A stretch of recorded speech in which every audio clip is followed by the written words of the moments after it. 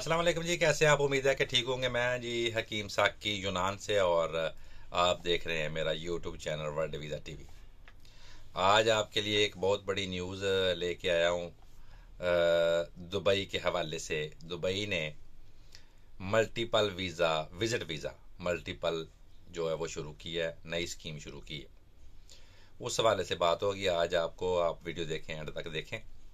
आपको तफसील से बताऊंगा कि कौन कौन से पेपर चाहिए, कौन कौन इसको अप्लाई कर सकता है, और 5 साल में कैसे कैसे आप जा सकते हैं, या क्या सिस्टम है। तो पहले ज़रा सिस्टम और था। विजिट वीज़ा लेने के लिए आप अप्लाई करते थे। उसकी कुछ अर्सा, काफ़ी अर्सा पहले 100 दिरहम उसकी फ़ीस होती थी, और आपको तीसरे या चौथे दिन वीज़ा जो है वो मिल जाता था। फिर उसके बाद दूसरी बात ये थी कि आपने अगर वीज़ा जल्दी लेना होता था तो उसके 100 दिरहम के साथ 100 दिरहम जो है वो एक्स्ट्रा दे के आप उसी दिन शाम को वीज़ा ले लेते थे। वो फास्ट सर्विस थी। अगर आपने मतलब उसी दिन वीज़ा लेना है तो फास्ट सर्विस के ज़रिए, या आप मतलब एजेंट जो है उनको कोटा होता था। अब कोटा सिस्टम जो है वो नहीं होता। कोई कई जगहों पे है, कई जगहों पे नहीं है। लेकिन जो सिंगल वीज़ा है, सिंगल एंट्री वीज़ा है, उसके लिए अभी भी कोटा ही होता है, एजेंट लोग ही देते हैं। तो ये जो मल्टीपल है इसका सिस्टम थोड़ा और है। तो सिंगल एंट्री वीज़ा नहीं है, ये तो मल्टीपल है। इसके लिए आप कभी भी जा सकते हैं, कभी भी आ सकते हैं। ये मैं तफसील में बताता हूँ आपको कि कैसे जा सकते हैं, कब कब जा सकते हैं, कितनी देर रह सकते हैं। तो अब असल में हुआ क्या है? हुआ इस तरह है कि कोविड की वजह से, ये जो कोरोना आया है उसकी वजह से थोड़ा काफ़ी मसाइल का शिकार हो गए थे। सारे ममालिक की शिकार हो गए। तो काफ़ी बिजनेस जो है वो ठप हो गए हैं। वर्कर्स को निकाल दिया गया। दुबई से भी इसी तरह निकाल निकाल दिया गया। तो दुबई वाले जो लोग थे, वहाँ पे जो बिज़नेस था, जो उतना ज़ोर था, वो प्रेशर था, वो सारा कम हो गया। वो वर्कर्स चले गए, टूरिस्ट नहीं आए, तो बिजनेसमैन नहीं आए। बिजनेस को उस तरह का जब जोर ख़त्म हुआ तो उन्होंने एक नई वीज़ा स्कीम निकाल ली है, मल्टीपल वीज़ा की। क्योंकि ये बार बार लगवाने से बेहतर है कि आप एक दफ़ा लगवा लें। उसके बाद आप जा सकते हैं, आ सकते हैं, जब चाहें, जैसे भी चाहें। तो ये अब आपको बताऊं कि जिस सिंगल वीज़ा एंट्री और मल्टीपल वीज़ा में क्या फ़र्क है।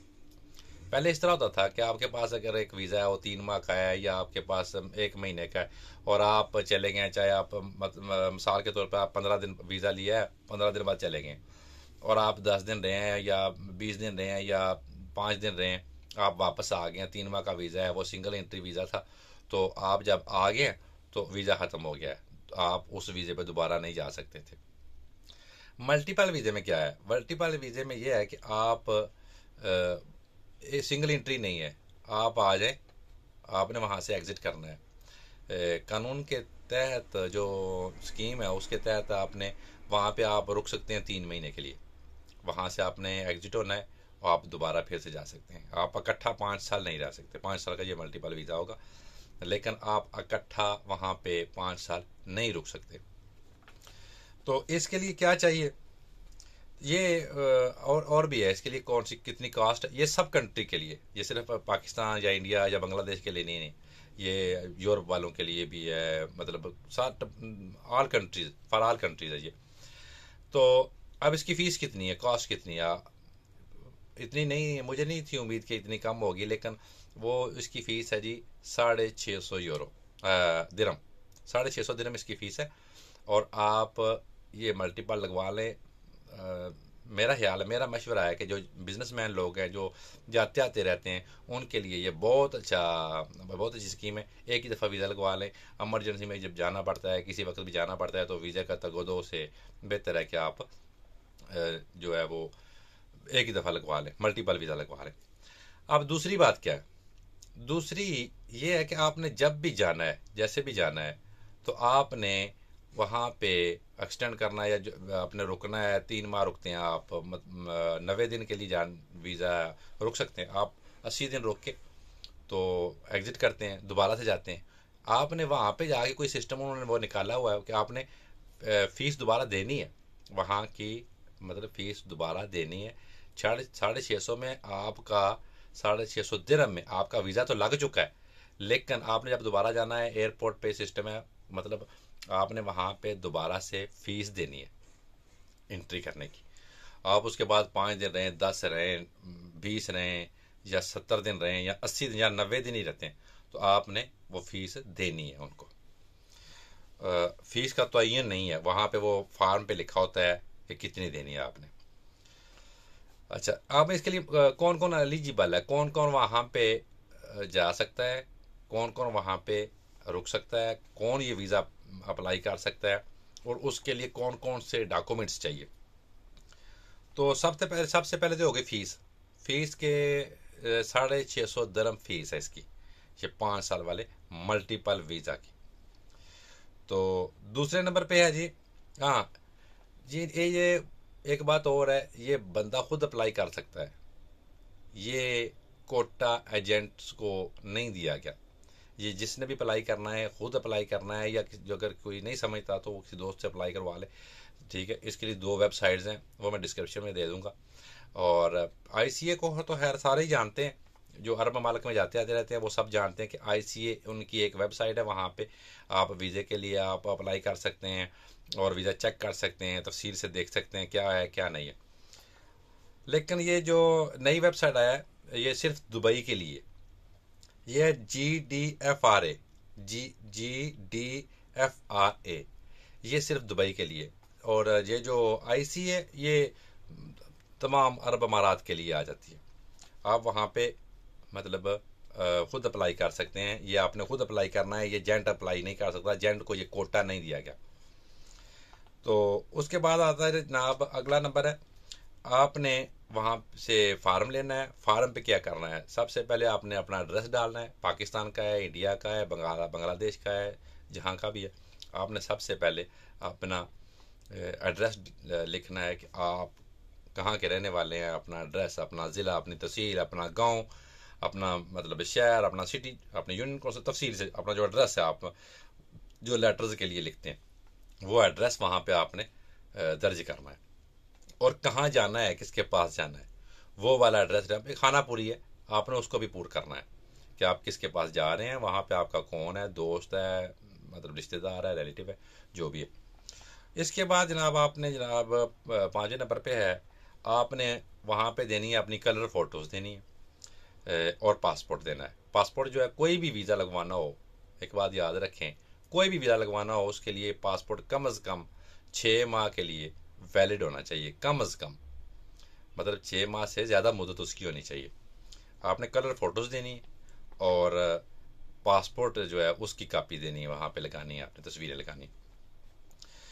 और इसके बाद 6 नंबर है जी, आपने मेडिकल इंश्योरेंस करवानी है। वो सस्ती भी हो जाती है, ट्रैवल एजेंसियों से हो जाती है, आप करवा सकते हैं आसानी से, इतना मुश्किल काम नहीं है। तो आपने वो मेडिकल इंश्योरेंस भी देनी है। उसके बाद जनाब जो मुश्किल प्रोसेस है, जो मतलब हर बंदा नहीं दे सकता, वो क्या है, वो 6 माह की स्टेटमेंट है, बैंक वाले आपको निकाल के देते हैं। तो 6 माह की स्टेटमेंट है, क्योंकि आपने उनको ये शो करवाना है कि आप इस काबिल हैं कि आप मल्टीपल वीज़ा ले सकें। इसके लिए जो स्टेटमेंट है वो चाहिए आपको लास्ट 6 मंथ की फ्रॉम बैंक, जो $4000 की होनी चाहिए, जिसका एंडिंग बैलेंस जो है, मतलब जिस वक्त आपने ली है उस वक्त उसमें $4000 होना चाहिए। बाकी ट्रांजेक्शन होती रही हूँ, मतलब निकलते हों पैसे और उस दोबारा डाले हों, पता चले ये काम कर रहा है बंदा या इतने अफोर्ड कर सकता है मल्टीपल वीज़ा, इसने इसलिए लेना है।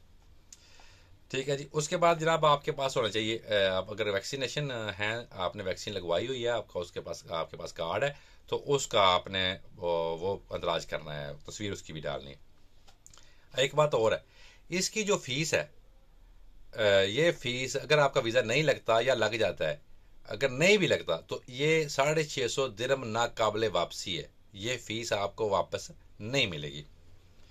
आपने अपने डॉक्यूमेंट्स जो हैं तमाम हैं वो आपने ये जो GDFRA है, इस वेबसाइट पे आपने अपने सारे फार्म जो वो मेल कर देने हैं।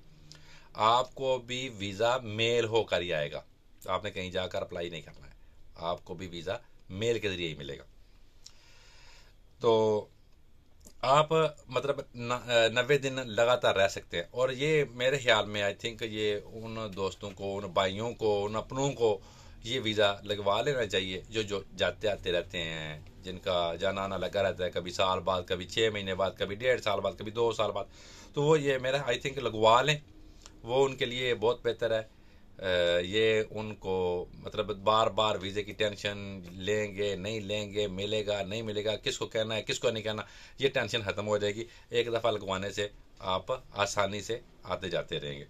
और इसका बस टिकट ही लेनी है, टिकट लेनी है वहाँ पे, थोड़ी बहुत जो उन्होंने फीस रखी होगी एयरपोर्ट पे शायद रखी होगी, तो वो आपने वहाँ पे पे करनी है। उसके बाद का आपका अंदराज हो जाए। जिस वक्त आप टिकट लें, शाम की ले लें, सुबह की ले लें, दोपहर की ले लें, वहाँ आपको टेंशन वीज़े की नहीं है, किसने देना है, कहाँ से लेना है, क्या करना है, वो टेंशन खत्म हो जाती है।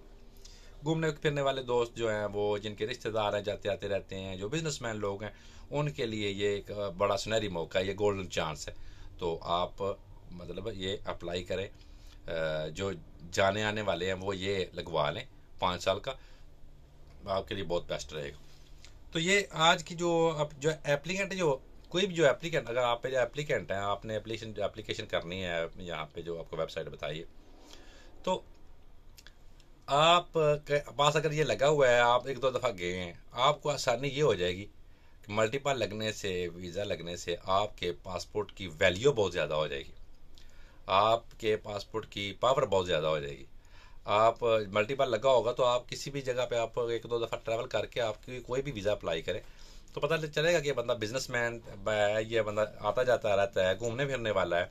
आप इसके बाद आप कोई एक दो मुल्क और का मतलब वीज़ा अप्लाई कर सकते हैं। अगर वो अप्लाई करते हैं, आप यूरोप का अप्लाई कर सकते हैं।